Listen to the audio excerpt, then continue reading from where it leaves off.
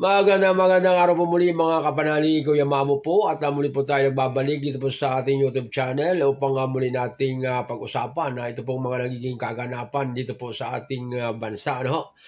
At bago po tayo magpatuloy sa ating paksa ngayong araw na ito mga kababayan ay babatiin muna natin yung ating mga kababayan Luzon, Visayas, Mindanao at maging ang ating mga kababayan nasa ibayong dagat. Magandang araw po sa ating lahat.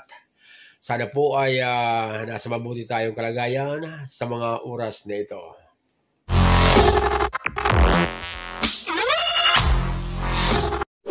Mga kapanalig, pag-usapan po natin ngayon ito pong mga nangyayaring ito sa loob ng Senado.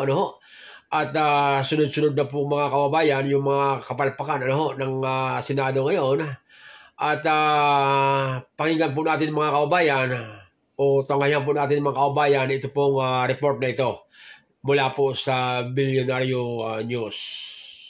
Ang staff ng Senador Tumano ang nabistong nagmamariwana sa loob ng Senado. Ang detalye sa exclusive agenda report ni Dexter Ganibe ng Abante. Sunod-sunod ang mga isyong pumuputok sa Senado. Mula sa umano'y demolition job para mapatalsik si SP Cheese, para walang maging balakid sakaling magsampa ulit ng impeachment complaint versus VP Sara sa Pebrero ng 2026.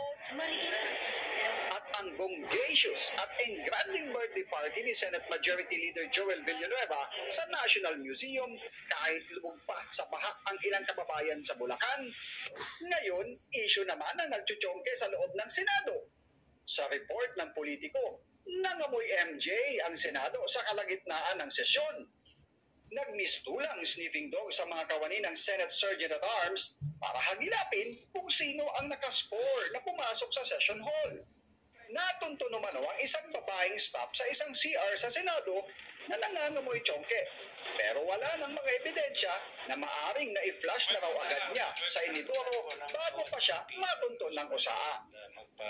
Ayon kay Senate Sergeant at Arms Major General Mawa Plasca, nag-iimbestiga na sila patay sa lumabas na artikulo ng politiko.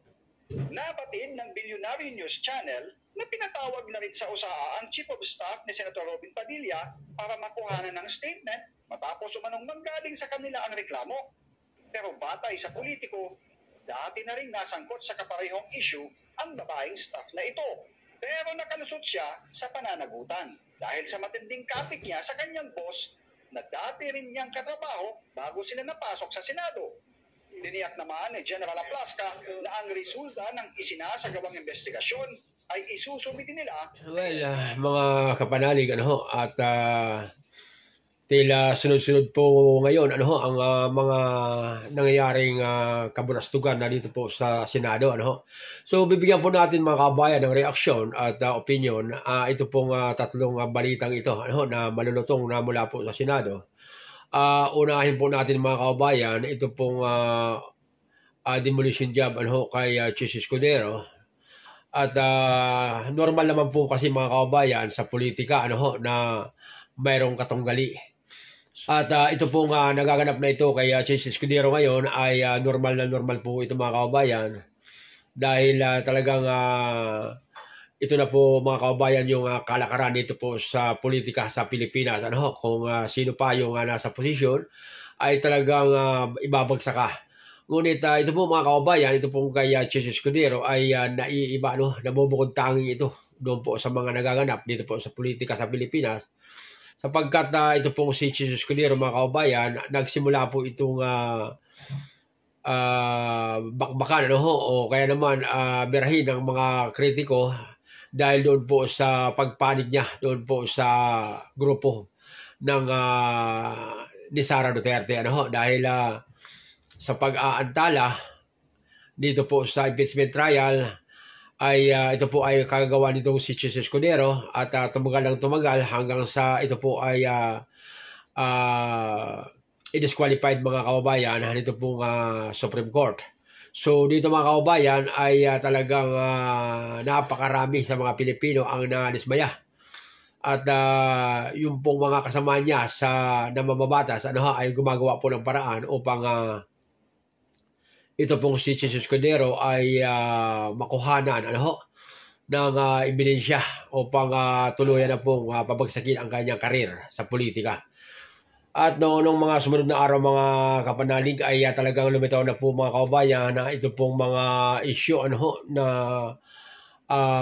laban po dito kay Jesus Escudero noong lumabas na po yung issue ng insertion doon po sa 142.7 billion na para doon po sa mga flood control dito po sa Pilipinas. At ayon nga po sa report mga kababayan, ito pong 142 billion ito ay paghatiin ito doon po sa mga senador na bumoto sa kanya. At hanggang sa kasalukuyan mga kababayan, talagang hindi po ito tinigilan, ito po si Jesus Escudero, hanggang sa ito nga po report ng ating Pangulo, kaya lamang na doon po sa 15 malaking construction firm, yung mga kontratista dito po sa DPWH, ay isa po doon ang kaibigan na dito po si Jesus Escudero dito po sa Sorsogon, na siya ngayong nahaharap sa kontrobersiya. Well, ang opinion ko dito kay Jesus Escudero ay tatagan niya ang kanyang kalooban dahil bagamat siya ay matalino, ay kapag ikaw ay nagsisinungaling ay malalaman din niya pagdating ng araw. At sa susunod na araw mga kababayan ay tiyak na malalaman natin kung ito nga pong si Jesus Escudero ay talagang totoong walang kinalaman doon po sa malaking project ng Centerways Construction Firm dito po sa Sorsogon. So, antabayan po natin mga kababayan. At isunod natin mga kababayan na ito po si Joel Villanueva dahil sobrang rangya ng kanyang birthday party. At ginanap pa ito doon sa museum, sa kabila po na ang kanyang mga kababayan sa Bulacan ay talagang lumog pa sa baha. So, naaatim nito pong si Joel Villanueva na mag-celebrate ng kanyang birthday na milyon-milyon ang gagastuhin, samantalang ito mong kanyang mga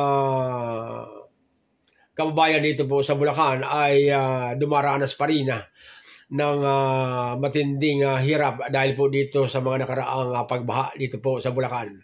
Nauna na rito mga kababayan, ito pong gobernador ng Bulacan ay talagang kini-question ito pong mga flood control project dito po sa Bulacan dahil namang hapos yan noong natuklasan niya noong ito pong si PBBM ay binulgar na itong mga kabunustugan ng mga kontratistang malaki sa buong Pilipinas. At dito po sa Bulacan mga kaubayan, namang hapo itong gobernador dahil napakalaki pala ng pundo sa Bulacan patungkol po sa flood control. Subalit magpahanga sa ngayon, ang Bulacan po mga kaubayan ay talagang lubog pa rin po sa tubig.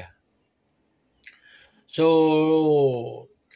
wala man lang kayong kahihiyan dyan po sa Senado mga kaubayan dahil ito mo si Villanueva ay talagang lutang na rin po ito dahil sa kabila po ng mga batiko sa kanya tungkol po doon sa mga iba't ibang issue sa kanya ay talagang ipinapakita pa niya sa madla na ito po nga kanyang birthday party ay talagang bonggang-bongga pa rin. At hindi ba lang niya naisip na dito po sa ganitong sitwasyon ay pwede siyang punahin ng mga kritiko. Hindi sila natatakot mga kaubayan na sila po ay birahin dahil matitindi po mga kaubayan ang kanilang mga alibay dahil ganyan talaga ang mga otak ng mga magnanakaw. Well, dito naman po mga kaubayan sa natuklasan mayroon pong nagchuchongki dito po sa opisina nito pong si Robin Hood Padilla dito po sa Senado ay talagang talamak na rin po ang mga kabulastugan na dito po talaga sa Senado mga kaubayan dahil maging ito pong mga staff ng mga senador ay talagang hindi na rin po sila nakakakuha ng mga matitinong mga tao na magpapaikot ng mga opisina ng mga senador. So dito mga kaubayan sa puntong ito ay talagang nangangamba ang ating ibang mga netizens sapagkat sunod-sunod na rin po mga kababayan itong mga nangyayaring ito dito po sa loob ng Senado. At noong mga nakarang araw lamang mga kababayan, talagang isinisigaw ito ng ating mga kababayan na ito pong Senado ay i-abolish na dahil talagang sunod-sunod ang kapalpakan nito at talagang hindi po ito nakakatulong sa ating mga mayang Pilipino. So dito mga kababayan, antayin natin yung resulta ng investigasyon ng mga security officer dito po sa loob ng Senado dahil hindi po maaaring manatili ang kanitong mga gawain dito po sa loob ng Senado dahil ang Senado po mga kababayan ay isang mataas na institusyon ng bansang Pilipinas. So hanggang sa muli mga kababayan, at tunghayan po natin sa mga susunod na mga vlog ng inyong lingkod. Ito pong mga resulta ng mga investigasyon patungkol po dito sa naging ulat na ito. Ito po muli ang inyong lingkod, Kuya Mamo, at muli po tayong nagpapaalam sa ating mga kababayan at sana po ay nasa maayos tayong kalagayan sa mga oras na ito. Bye-bye at God bless.